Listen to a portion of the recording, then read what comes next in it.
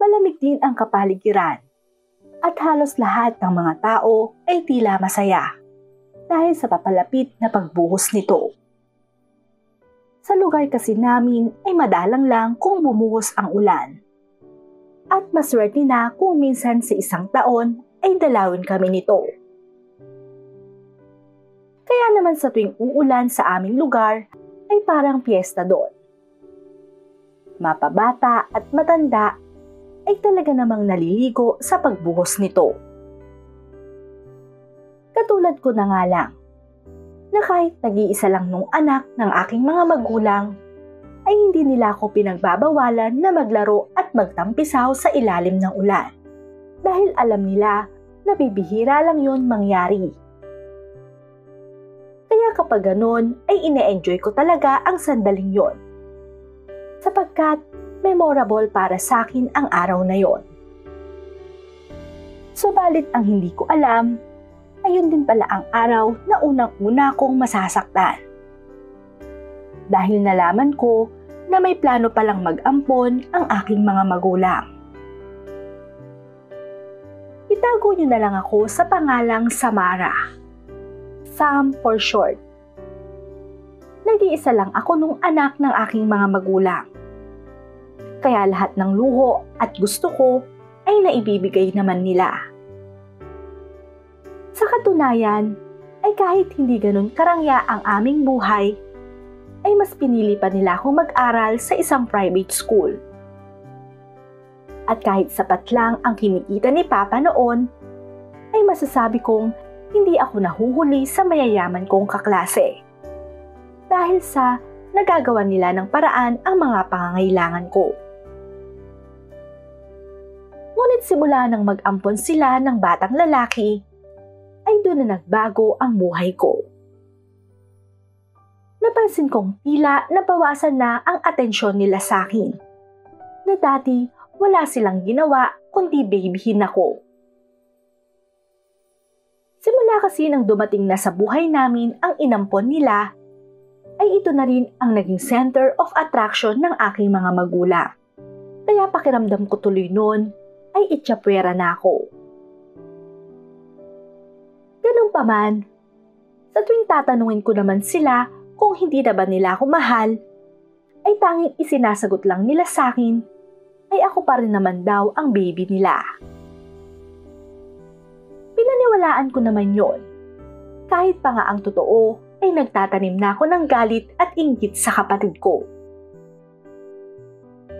Nasasaktan kasi ko sa tuwing nakikita kong hawak-hawak nila si Sammy at masaya nilang nilalaro.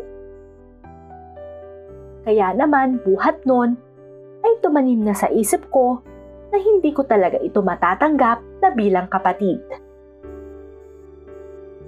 Isang araw, habang kami noon ay nasa mall, nang hindi inaasahan ni Mama na masalubong ang kanyang kaibigan nung high school pa lang siya. Noong mga panahon namang yon ay nasa 10 taong gulang pa lang ako. Samantalang si Sammy ay nasa 7 taong gulang na. 3 taon kasi ang agwat ng edad namin nito. At nang ampunin siya nila Mama, ay nasa 5 taon ang edad niya. Kung kaya't alam nito na ampun lang siya. Kamusta na, Sharon? Nice to see you again. Ang tagal na, buhat ng huli tayong magkita ya. Pagbati ng kaibigan ni Mama. Oo nga eh. Napalayo kasi ako nung mag-aral na ako ng college. Tugon naman ito sa kaibigan. Heto na ba ang mga anak mo? Ang gaganda't ang popogi ah. Anya pa ng babae. Tanging ngiti lang naman ang iginanti ni Mama. At pagkatapos nun ay nagpaalam na rin ito. Naghihintay kasi sa amin si Papa sa isang fast food. Bukod doon ay umiyak na rin si Sammy. Pag-alis naman ng kaibigan niya, ay dali-dali na rin kami nagtungo sa lugar kung nasaan si Papa. At halos hindi na rin maipinta ang mukha nito. dahil medyo natagalan kami nila mama. Noong mga oras na yon ay panay naman ang iyak ni Sammy. Kung kaya't imbes na maglibot pa sana kami, ay nagyaya na si mama na umuwi. Hindi naman tumutol doon si papa. Pero ako ay sobrang inis na kay Sammy. Dahil kung wala sana ito, ay baka masaya kaming tatlo na namamasyal pa. Kaya naman napasimangot na lang ako nang umuwi na kami. At lihim na nagalit sa aking kapatid. Mabilis na lumipas ang panahon. Hanggang sa nagdalaga at nagbinata na kami ni Sammy. Katulad ng dati ay inis pa rin ako rito. Kaya naman sa tuwing magkasama kami ay hindi ko ito pinapansin. Sa tuwing nag-aaway rin kasi kami nito, ay ako ang madalas na napapagalitan nila mama. Kesyo, dapat daw na ako ang mas nakakaunawa rito dahil mas matanda raw ako sa kanya. Sa totoo lang, kahit kasama ko pang lumaki si Sammy, ay hindi ko pa rin maiwasan na hindi isipin na hindi ko talaga siya kapatid. Marahil ay palaging pinapaboran siya ng aming mga magulang. May ugali kasi itong pagkasipsip. Kaya naman kuhang-kuha niya ang loob nila mama. Ganun pa man, bilang totoong anak, ay hindi ko talaga hinayaan na siya lang ang maging paborito nila. Kaya naman, mas pinagbutihan ko noon ang aking pag-aaral. Naisip ko rin kasi na iyon lang ang paraan para makuha ko ng buo ang atensyon nila. At nang maging honor ako, ay hindi naman ako nabigo. Subalit para sa akin, ay hindi pa rin sapat ang atensyong ipinigay nila sa akin. Dahil kapag nasa bahay kami, ay pansin kong mas paborito pa rin nila si Sammy. Kaya naman buhat noon ay nagtanim na ako ng galit dito.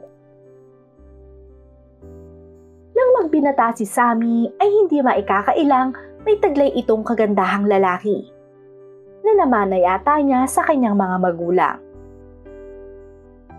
Kaya naman nang magkolehiyo ito ay maraming mga kababaihan ang nagkakandara pa dito. Bagay na kinaiinisan ko talaga.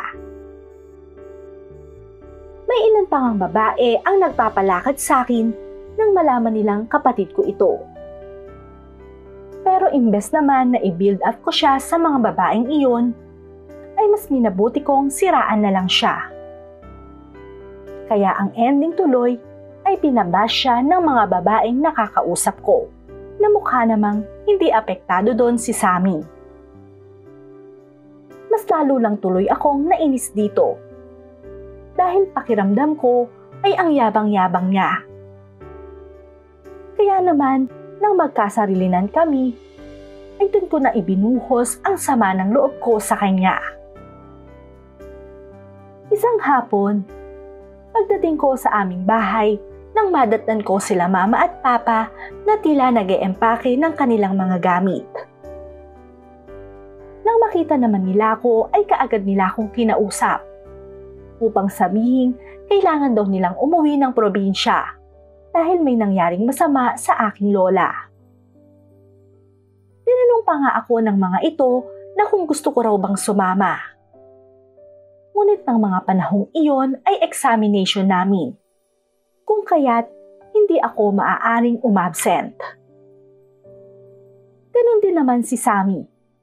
Dahil pareho lang kami nito ng eskwelahang pinapasukan. Kaya naman hindi na ako pinilit pa ng mga ito. Bagkos ay ibinili na lang sa akin ang bahay, lalong-lalo na si Sammy. Hindi na raw kasi nila ito mahihintay pa. Dahil magla-last trip na ang bus na sasakyan nila. Ayaw naman daw nilang magpabukas pa. Dahil tawag na raw ng tawag ang mga kapatid niya. Kaya nang makapag-empake na ang mga ito, ay dali-dali na rin silang nagpaalam sa akin Pagkatapos nun, ay naiwan na akong mag-isa sa bahay. Bagay na labis kong ikinalungkot. Sa totoo lang, ay sa edad ko noong 19, ay wala pa akong masyadong alam sa trabahong bahay. Nasanay kasi kong palagi si Mama at si Sammy ang gumagawa ng mga gawaing bahay. Dahil aaminin kong tamad talaga ako. Kaya nga siguro ganun na lang kung kagiliwan nila si Sammy. Dahil imbes na sana ako ang katulong ni Mama sa lahat, ay ito ang palaging tumutulong sa kanya. Kapag ganun naman ay wala akong pakialam dito. Sa katunayan ay naiinis pa nga ako sa kanya. Dahil ang tingin ko noon ay sumisipsip lang ito sa aking mga magulang. Ngunit nang kami na lang nitong dalawa, ay doon ko na-realize na iba pala talagang mag-asikaso at mag-alaga ito. Nang umalis sila Mama ay wala itong naiwang lutong ulam. Marami naman kaming stock na food sa refrigerator. Pero ang problema ay hindi ko yun alam lutuin. Hindi pa naman nun dumarating si Sammy. Dahil ang paalam nito ay gagabihin nga raw siya. Kaya naman wala tuloy akong nagawa nun kundi magbukas na lang ng delata. First time ko nung kumain ng ganon, yung hindi na niluluto. Nawalan tuloy ako ng gana nung kumain. Dahil hindi pala masarap yung direkta ng kakainin sa lata. Natulog na lang tuloy ako, nakakalam-kalam ang sikmura. Sapagkat wala akong choice kundi hintayin si Sammy. Kinabukasan naman paggising ay naubutan ko na itong nagluluto na sa kusina. At nasa sala pa lang ako ay amoy na amoy ko na ang tila masarap nitong niluluto. Kaya naman pagkahilamos ay dumiretso na ako sa lamesa. At hindi na hinintay pang yayain niya akong kumain. Tila nagulat naman ito sa pagsulpot kong yon. Hanggang sa hainan na nga niya ako ng kanin at ulam. Good morning, Ate Sam. Mukhang gutom na gutom kaya. Hindi ka ba nag-dinner kagabi? Tanong nito sa akin. Nag-dinner. Kaso lang, hindi ko gusto yung kinain ko kagabi dahil walang nilutong ulam si Mama. Anya ko naman sa kanya. Ganun ba? Hayaan mo ate, ako na bahala sa'yo. Basta kapag may kailangan ka, nandito lang ako. Wika naman nito sabay kindat pa. Noong mga sandaling yon ay hindi ko alam kung bakit tila nag-iba ang aking nararamdaman para kay Sammy. Yung pagkasuklam ko dito ay para bang napalitan yun ng paghanga sa lalaki. Dahil na rin siguro sa pagiging maasikaso nito sa akin. Hindi ko naman iyon ipinahalata rito. Bagkos ay kunwari na hindi ko siya naririnig. Ngunit nang lumipas pa ang mga araw na wala pa rin sila Mama, ay doon na talagang nagbago ang nararamdaman ko para sa kanya. Nung mga panahon na yon, ay kung titingnan mo, ay para kaming magkasintahan lang ni Sammy. Noon ko lang din kasi na-realize na totoo nga palang sweet ito. Dahil simula nang ampunin siya ng mga magulang ko, ay puro inis na ang naramdaman ko sa kanya. Ngunit sa puntong yon, ay doon ko lang mas nakilala si Sammy. Na kaya pala maraming nagkakagusto sa kanyang babae, ay dahil parang may karisma siya na hindi ko maipaliwanag. Sa katunayan nga, ay maging ako ay para bang tila nahuhulog na rin dito. Lalo na nang ipagtanggol niya ako sa mga babaeng nambubuli sa akin. Salamat nga pala, Sammy, sa pagtatanggol mo sa akin ha. Hindi ko alam na darating tayo sa ganito. niya ako rito nang magkasabay kaming umuwi. Ano ka ba, ate?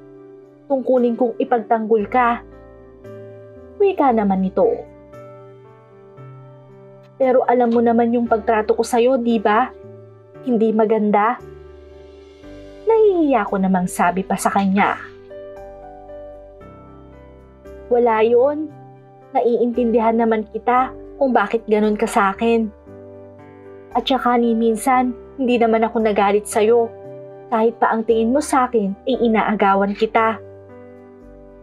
Pahayag pa nito na nagbiro pa. Simula naman noon ay naging maayos na ang samahan naming dalawa ni Sammy. Hanggang sa tuluyan na nga akong nahulog dito. Ang kaso, kung dati ay sila mama ang dahilan kung bakit ako nagsiselo sa kanya, ngayon ay ang mga babae nang nagugustuhan niya. Kaya naman sa tuwing may nakukursunadahan siyang babae, ay sinisiraan ko na ang mga ito. Dahil ang gusto ko ay sa akin lang mapunta ang atensyon niya. Subalit hindi sa lahat ng oras ay kaya kong bantayan si Sammy. At hindi ko alam noon na may babae na pala siyang nililigawan. Nagulat na nga lang ako nang may dalhin siyang babae sa amin at ipakilala niya itong girlfriend niya. Kaya buhat noon ay para bang nagbago muli ang pakikitungo ko rito, na tila napansin naman niya. Hindi ko naman alam na kukumprontahin niya ako ng ganun na lang. At sa pagkakataong yon, ay dun ko na hindi napigilan pa ang aking sarili na ipagtapat sa kanya ang totoo kong nararamdaman. Pagkagulat at halos hindi makapaniwala si Sammy nang sabihin ko sa kanya ang totoo. Pero imbes na patulan niya ako, ay para bang dumistansya na lang siya. Marahil ay ayaw niyang may masabi ang aming mga magulang. Kaya naman, naiintindihan ko rin ang kanyang sitwasyon. Kagaya ng pag-iwas sa akin ni Sammy, ay gano'n na lang rin ang ginawa ko rito. Subalit aaminin ko na ang sakit pala na mahalin mo ang isang tao na hindi ka naman gusto. Lalong-lalo na hindi kayo pwede. Kaya naman para mabawasan ang sakit ng aking nararamdaman, ay sumubok akong uminom ng alak nang pumunta muli sa probinsya ang aming mga magulang. At sa ginawa kong yun, ay hindi ko alam na yun na pala ang simula ng pagbabago ng buhay namin ni Sammy. Nang makita ko ni Sammy na lasing, ay binuhat niya ako upang ipasok sa aking kwarto. Hindi ko naman na napigilan pa ang aking sarili na halikan siya. At iyon ang naging hudyat para may mangyari sa aming dalawa. Nung una ay todo pigil pa nga ito. Pero nang hindi ko siya pakawalan, ay doon na rin ito bumigay. Dahil sa epekto nun ng alak, ay hindi ko na alam ang mga nangyari. Nagising na nga lang ako na tila may masakit sa aking pagkababae, na siyang kumumpirma na may namagitan nga sa aming dalawa. Nang puntahan ko naman ito sa kanyang kwarto, ay hindi ko na ito nakita. Hanggang sa may natagpuan na lang akong sulat sa ibabaw ng kama niya para ipaalam na umalis na siya. Nahihiya na raw kasi siya kila mama at papa. Dahil sa kabila ng kabutihang ipinakita ng mga ito sa kanya, ay nagawa niya sa akin yon. Alam din daw niyang magagalit ang mga ito kapag nalaman nilang may nangyari sa amin. Kaya mas may nabuti na raw niyang umalis na lang bago pa humantong kami sa gulong iyon. Hindi ko naman alam kung ano ang aking gagawin ng mga oras na yon. Nagtatalo kasi ang isip at puso ko. Ngunit sa huli ay nanaig pa rin ang aking damdamin. Lalo na nang makonfirma kong nabuo ang namagitan sa amin ni Sammy. Wala naman akong nagawa nun kundi ipagtapat ang totoo kila Mama. At nung una ay nagalit ang mga ito. Pero sa huli ay naunawaan din. Kaya naman pinahanap nila si Sammy upang panagutin sa nangyari sa akin. At nang makita nila ito, ay hindi naman sila nagalit. Bagkus ay pinakiusapan pa. Hindi naman daw nila pipilitin ito na pakasalan ako kung sakaling hindi niya ako mahal. Pero imbes na talikuran ako, ay pinanagutan rin niya ako. Pumayag din naman kasi sila Mama na magpakasal kami. Dahil sa mata ng Diyos ay hindi naman daw talaga kami magkadugo at magkaano-ano nito. Bukod doon, ay hindi rin naman daw kami pareho ng apelyido. Kung kaya't, ayos lang daw sa kanila na magpakasal kami.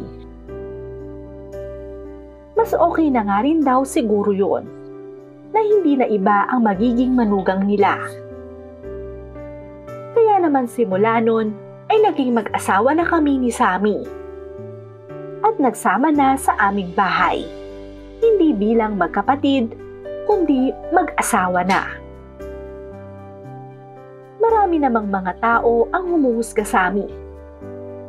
Ngunit para sa aming dalawa ni Sammy, ay wala namang masama sa ginawa naming yon. Dahil sinunod lang naming dalawa ang aming puso. Hanggang dito na lang ang aking kwento. Ang inyong tagapagbahagi, Samara.